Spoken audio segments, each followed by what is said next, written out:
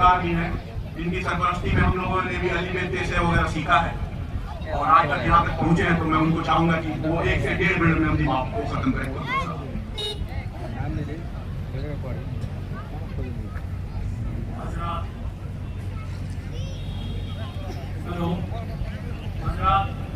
आप सभी का आते हैं, वो डंके के चोट पर अपनी बातों को मनवाना चाहती है। संविधान सारे लोग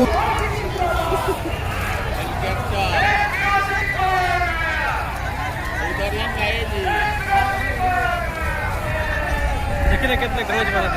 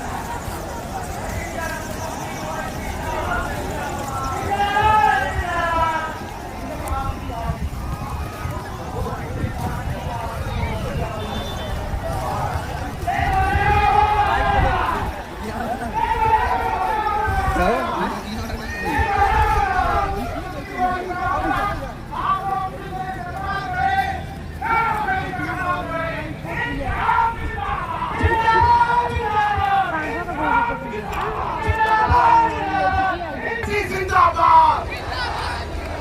चाहिए गोपालगंज असलम मुखिया।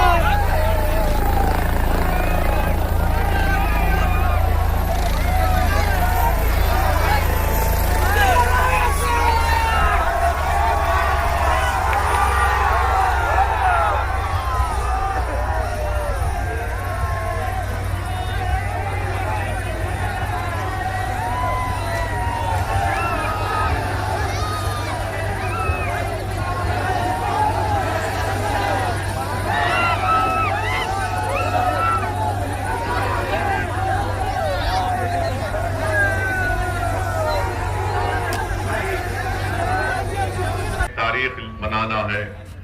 मरहूम असलम साहब ने इलेक्शन लड़ा था, उस वक्त भी आप तमाम ने बड़ी जुर्रत और बहादुरी के साथ मजलिस के उम्मीदवार के हक में अपना वोट दिया। मैं आपका शुक्रगुजार हूं।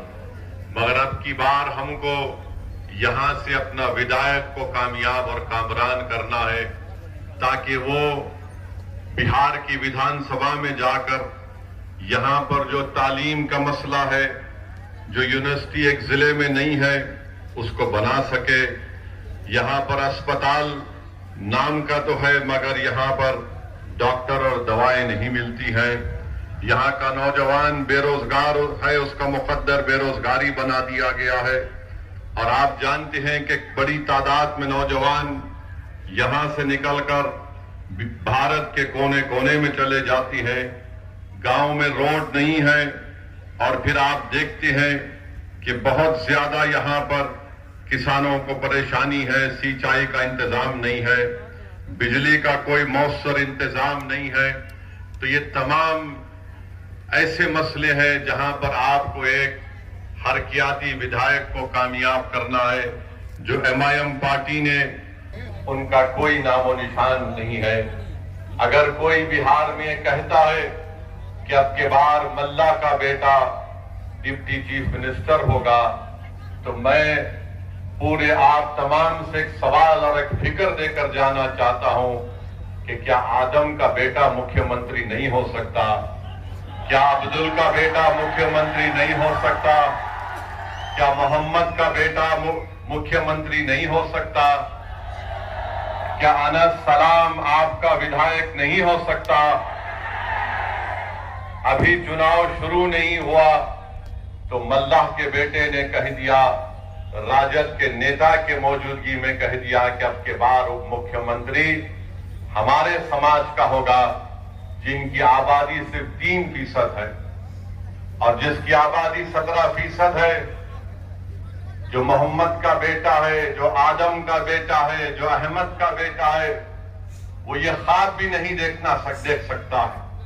तो ये इंसाफ की लड़ाई है, याद रखिए। 17% है और कितने टिकट दिए जाती हैं। जो 14% है उनको कितने टिकट मिलते हैं आप खुद देख लीजिए। 14% है तो 36% टिकट दिए जाते हैं। अब आप बताइए, जब असदुद्दीन ओवैसी ये बात करता है तो ये लोग हमको झूठा इल्जाम लगाते हैं कि वोट कटवा है। ये वोट काटने के लिए आया है। मेरे अजीज दोस्तों और बुजुर्गों, यकीनन हम वोट लेंगे और वोट देंगे भी इंशाअल्लाह ताला। अब तक हम सिर्फ वोट देते आए थे। ये जालिम लोग नहीं चाहते कि आप वोट हासिल करें। मजलिस आपको ये पैगाम देने आई है कि हम वोट लेंगे भी, वोट हासिल भी करेंगे और इंशाअल्लाह ताला हम यहां से अपने उम्मीदवार को यहां का विधायक बनाकर भिजाएंगे।